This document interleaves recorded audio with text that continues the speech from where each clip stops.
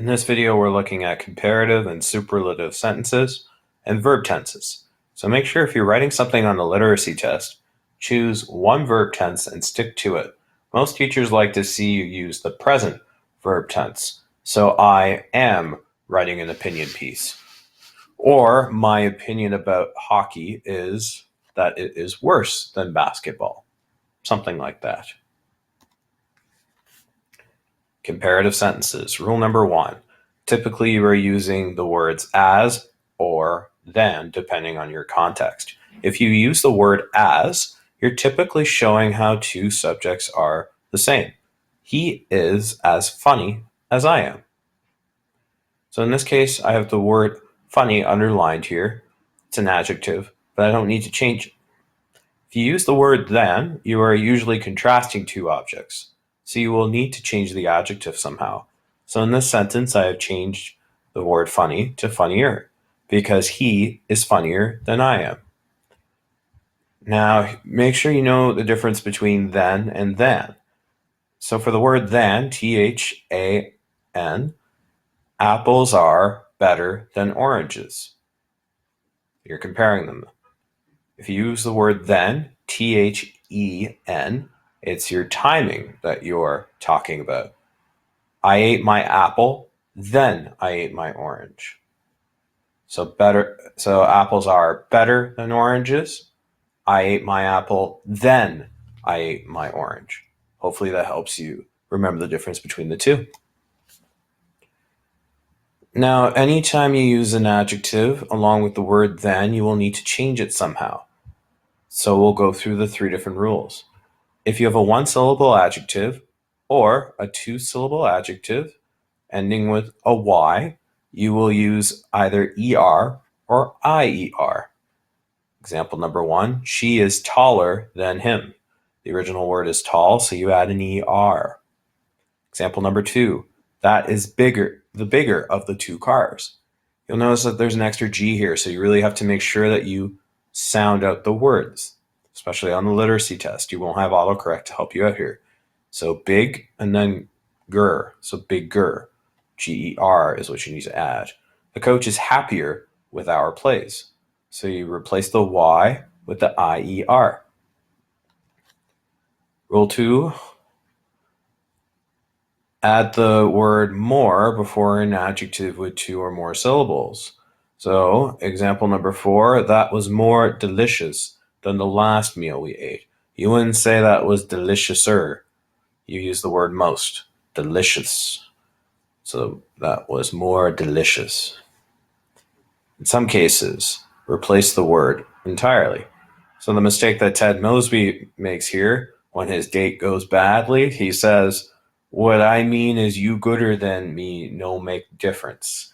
What he means to say is you being better than me makes no difference. So sometimes you have to replace the word entirely. So make sure you check the dictionary to make sure that the word you're using is an actual word. Comparative sentences, part 3. So a superlative adjective indicates the top notch or bottom rung, depending on your point of view, of an adjective. So you have to change the adjective accordingly. So if you're using the word cold, but you're describing the coldest day ever, you would add your EST. But that's not true of all adjectives. So let's take a look at the rules here. So for most of them, you can add an IEST for one-syllable words or two-syllable words ending in a Y. So that was the saddest movie I ever saw. And this is where the for most words comes in, because for saddest, you're going to need an extra D here, plus your EST. Example number 2, that was the happiest day of my life. We've replaced the Y of happy and put IEST. Now, here's where things get a little bit different with superlative adjectives. If there is a two-syllable adjective, some of them you can add the EST to the end. With others, you have to use the word more. So definitely look this up in the dictionary if you have access to one. Here's an example. So more or most applies. So the most boring thing about English is grammar. You wouldn't say boringest. You would say the most boring thing. Example number 4, that was the simplest Kahoot yet. So you'll see that they both have two syllables, but they have two different modifications. With three or more syllables, use the word most and keep the original form of the word. So example number 5, that was the most expensive piece of pizza ever. Well, I hope it was worth it. Verb tenses. So there are 5 verb tenses. So buckle up. This one's going to be a bit confusing at times, so make sure you really pay attention. So the 5 verb tenses are the simple tenses, perfect tenses, progressive tenses, perfect progressive tenses, and emphatic verbs.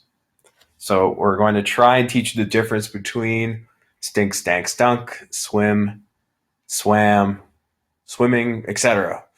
I'm not going to have time to go through each of those. However, I have added a link at the end of this slideshow that you can go to if you ever have the need to practice your verb tenses.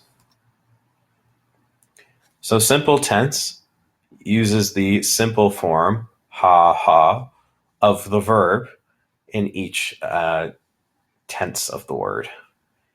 So I've chosen the word choose for our present form.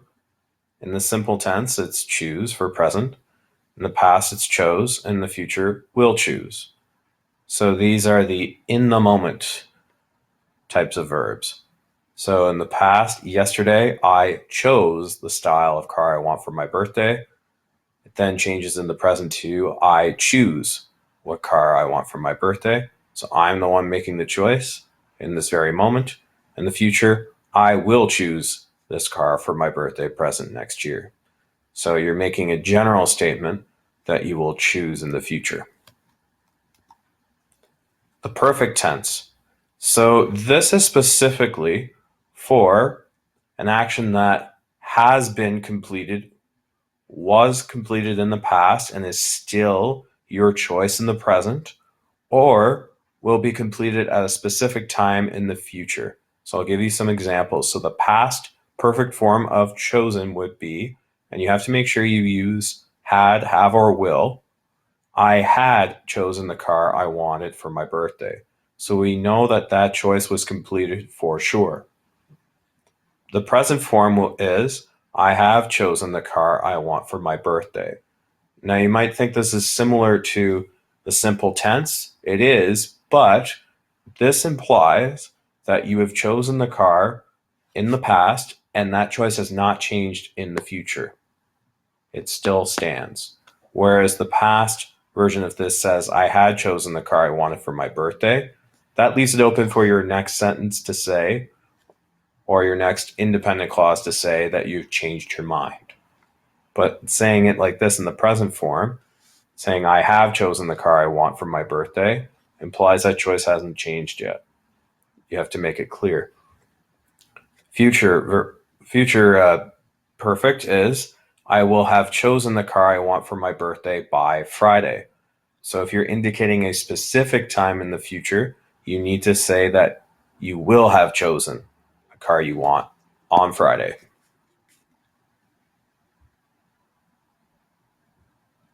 The progressive tense is what we use when we talk about an action that was in progress in the past, that was ongoing in the present, or in progress in the present, or will be in progress or ongoing in the future. Here are some examples. In the past, I was choosing a car I want for my birthday. So we're not sure if you were done that action. It was probably still in progress. In the present, I am choosing a car I want for my birthday. So I haven't made that choice yet. I'm in the middle of doing that right now. In the future, I will be choosing a car I want for my birthday on Friday. So later on in the future, in the specified time, you'll still be choosing, but you won't have chosen yet. Perfect progressive tense. This is where things get a bit tricky. So it can be used for an action that happened in the past but was interrupted, or a continuous activity that began in the past and continues into the present, or in the future, it's a continuous activity that began in the past and will continue on for some time. So in the past, I had been deciding on the car I wanted for my birthday when it started pouring outside. So you were interrupted by the pouring rain. The present, I have been deciding on the car I want because it's my birthday soon. So while this looks like it's past tense, it's still going on right now. It just started in the past, but you would still say, I have been deciding on the car because it still implies that you are in that decision making process in the moment. For the future, I am fickle because by Friday I will have been deciding on a car for 3 days. So although you are saying I will have been, which implies a past decision, you know that that past decision is still going to take 3 more days. So you would say, I will have been deciding on a car for 3 days. And the emphatic form usually implies stating a fact, asking a question, or making a negative present statement. So in the past, I did decide on what car I wanted for my birthday. So it's done. So you're emphasizing the fact that it's done by saying, I did decide. Present tense, negative statement. He does not decide on a present quickly. So you are stating a fact that in this moment, whoever you're talking about doesn't make decisions quickly. Present tense question. Does he decide on a present quickly? So you are asking in this moment if he makes decisions quickly or not. And since there is no future tense here because you can't emphasize an action that hasn't been completed yet. For more practice with verb tenses, check out this link, tinyurl.com/Roué verb tenses. So it's a page with a list of all different verbs that you can practice with. And there are practice questions on the bottom of this page. Each verb will have its own different way of changing it for past, present, and future. So when in doubt, look it up. Thank you.